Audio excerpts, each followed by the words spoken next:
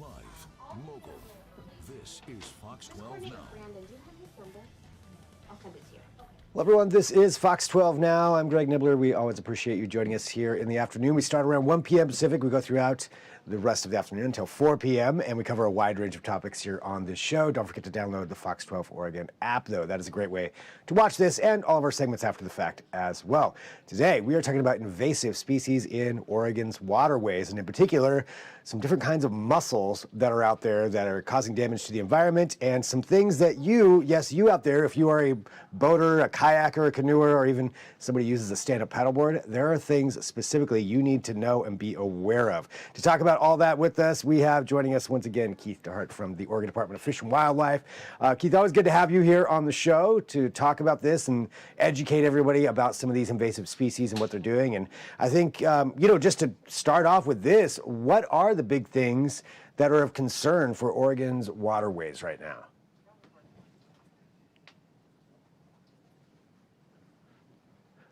Keith, I think we lost your audio coming through there. I'm not sure. Let me double check here. I'm not seeing some levels coming through. Testing 1, 2, 3. There we go. See, in case everybody, and if anybody ever wonders if we are live doing this, that is a perfect example. Usually it's me doing that. So we are indeed live. We are indeed live. Thank you, Greg, thanks for having me here. We are concerned primarily about invasive freshwater mussels. That's one of the biggest concerns we have, and that includes quagga and zebra, which maybe people have heard about, but then a new invader that is currently in California called the golden mussel. And the golden mussel, so those other ones, I have heard of those, and those are things in our waterways. And I want to find out about what they're doing, but specifically, can you tell us about the golden mussel and what is it that's of such concern right now? Yeah, and one thing I do want to just clarify beforehand is these three species of mussel are not in Oregon's waterways at present. We are still in protection mode from them all, which we're very grateful for and thankful for. The golden mussel particularly, it's an invasive freshwater mussel that handles some salinity tolerance, so it can show up in brackish water in bays and estuaries as well. It originates and is natural in the Asia area, has since been invading the location of Brazil and causing havoc down there. And it's an aquatic biofouler, meaning that it attaches to infrastructure in the waterways, damaging boat engines, hulls, water gates, dams, irrigation systems, and the like. It also damages the environment by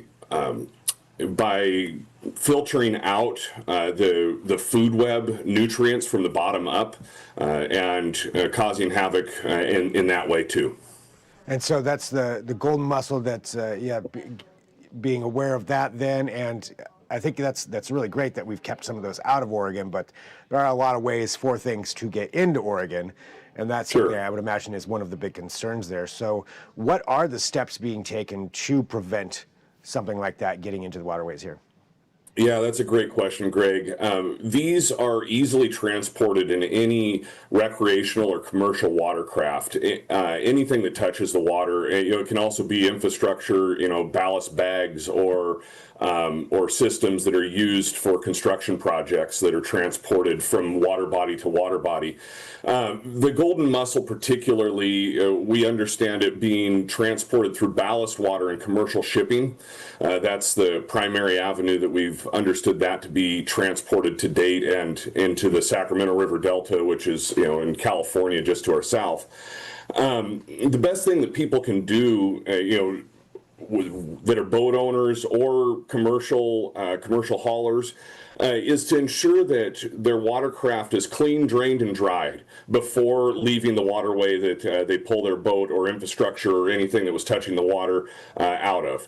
To ensure that it's clean of all debris, mud, visible plants or anything like that, that it's drained of all standing water, and then it's just thoroughly dried. If we do that, if everybody does that as they transport their watercraft from place to place, we can stop invasive species like this. This is really up to everybody on an individual level to make sure that they're doing their responsibility of keeping those things dry and clean It when you really pull them out of is. the water. And when we're talking about that, you're talking about the boats and the ballast and the construction side of things as well. But correct me if I'm wrong, but this is probably something that even canoeists, kayakers, and some other people who are using different kinds of modes of transportation there in the water that they need to be aware of as well. Yeah, sure. Highly recommend that everybody be aware of it. If there's a recreationalist on the water, that we are all aware of this. I will acknowledge that canoeists and paddleboards and and kayakers, they are a lower risk for transporting aquatic invasive species like this, but we have detected quagga mussels on kayaks in the past at our boat check stations, and so while they are a lower risk, we still encourage knowledge and that practice of clean, drain, and dry at their waterways to pull out. Hey, Keith, going back to the live side of things, I think we lost a lot of your audio right there just in that last segment. Could we give that one more try, and then we'll make sure that we get that in there? Wow. Yeah, sorry about that. Go. Are we Nope, all there good. now? Yep, we are there now. We're there now. Yeah, if Okay. you don't mind repeating that too, just and I'll repeat the question just so everybody can have that. For other people out there with maybe kayaks, canoes, stand-up paddleboards, what are the big things that they should be concerned with their own, use of the waterways? Yeah, and what I was saying there is that I'll acknowledge that canoes, kayaks, stand-up paddleboards are a lower risk for carrying aquatic invasive species, but they can. We've had kayaks at our boat check stations come through with quagga mussels on them, and we required a decon. But the best thing that they can do is follow that practice of clean, drain, and dry, and inform their friends, inform their buddies and partners as they're out there recreating, that this is an important thing to keep in mind as we are all trying to enjoy and protect Oregon's waterways. So yeah, being careful and paying attention to that, even if it's something you may not think about, that you still have the possibility of carrying something like that. So another thing that I know that the ODFW has are some inspection stations. And can you tell us about those and what people should be aware of and how to know where they are and when to stop? Yeah, the boat inspection stations have been going for about 15 years now. They're funded primarily by the Waterway Access Pass or boat registrations in Oregon. And up to today, we are still in prevention mode for these particular aquatic invasive species. And so the check stations are located on the borders of Oregon, on I-5 northbound as people come from California, in Ontario on I-84 eastbound as people come from Idaho. And then we have a few seasonal, those two are permanent, and we have a few seasonal inspection stations in Brookings, Klamath Falls, and then in Umatilla as well. That when people come by them, there's signage. You can see they look like road construction signs, but it says watercraft inspection ahead, and all watercraft are required to stop.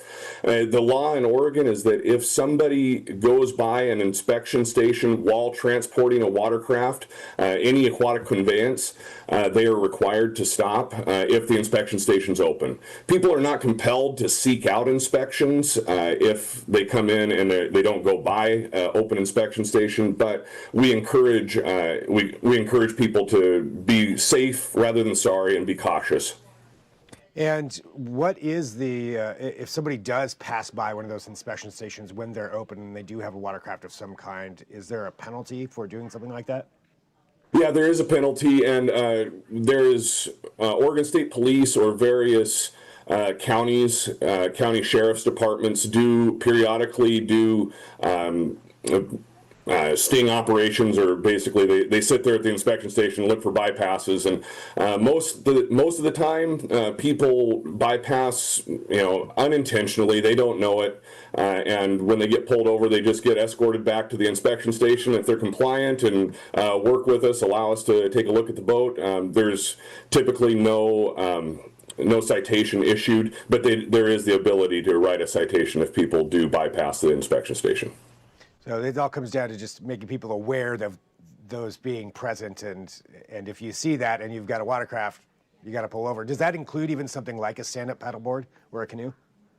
Yeah, any watercraft or any conveyance, any way that you could be on the water, you are required to stop and be inspected. So stand-up paddle boards, canoes, kayaks, those kind of things. Surfboards don't technically have to stop, but those others do. So. Anything else that you think is really important just for people to know about these invasive species that are, trying to get here into Oregon, or maybe not trying necessarily, but could end up here, and what people can be doing to just prevent some of that? Yeah. The message I'd like to just leave with people is they're on their way. Quagga and zebra mussels have been slowly marching their way across the United States since the 80s and their original detection in the Great Lakes. And then with this new discovery of golden mussels, this first time in the nation that they were detected in California, Oregon, and I'll include our neighbor to the north, Washington, we're at imminent threat for invasion of these freshwater mussels that'll damage our environment, harm our ecosystems, harm the native fish and wildlife that we hold dear in Oregon. As well as damage our opportunities to recreate. They aren't great to have around if you enjoy the waterways. And so what I just encourage people to do is be vigilant, follow those practices, 3 simple practices of clean, drain, and dry your watercraft. And when you come by an inspection station, if you have done that, the inspection is only a couple of minutes long. We don't take a whole lot of time, but if we do find something on your boat and you're compliant and working with us, there is no citation, no worry about it. We end up decontaminating your watercraft for you on site and send you on your way, and we've stopped a potential invasion into Oregon. And so just encourage people to be vigilant, watch out for this, and let's keep Oregon's natural environment natural as best we can. This is everybody working together to try to prevent this, from happening. And as you mentioned, Absolutely. enjoy the waterways or nature or anything. You don't want this getting in here. So thanks, for joining us here today too, Keith. I always appreciate you being on the show and just explaining that to everybody. So whoever's out there, if maybe this is your first time being aware of some of this, that's great. You're finding out. Make sure to share that. Let other people know about it. As Keith was saying, tell your friends who are out there on the waterways just to be aware as well and know about those inspection stations and everything else. Keith, thanks so much for joining us here today. I always appreciate it. And for everybody watching, again, this is Fox 12 Now. We are live streaming here from the Fox 12 Oregon newsroom. We have plenty going on between 1 p.m. and 4 p.m., lots of segments. We get to have these longer form discussions. If you have an idea for one or something you'd like to find out more about, feel free to send me an email, fox12now, fox12now at kptv.com, and be happy to talk to you about that and see if there's something that we can do to get a segment on that you would be definitely interested in finding out about. But that's it for right now. I'll talk to you soon. I'm Greg Nibbler. This is Fox 12 Now.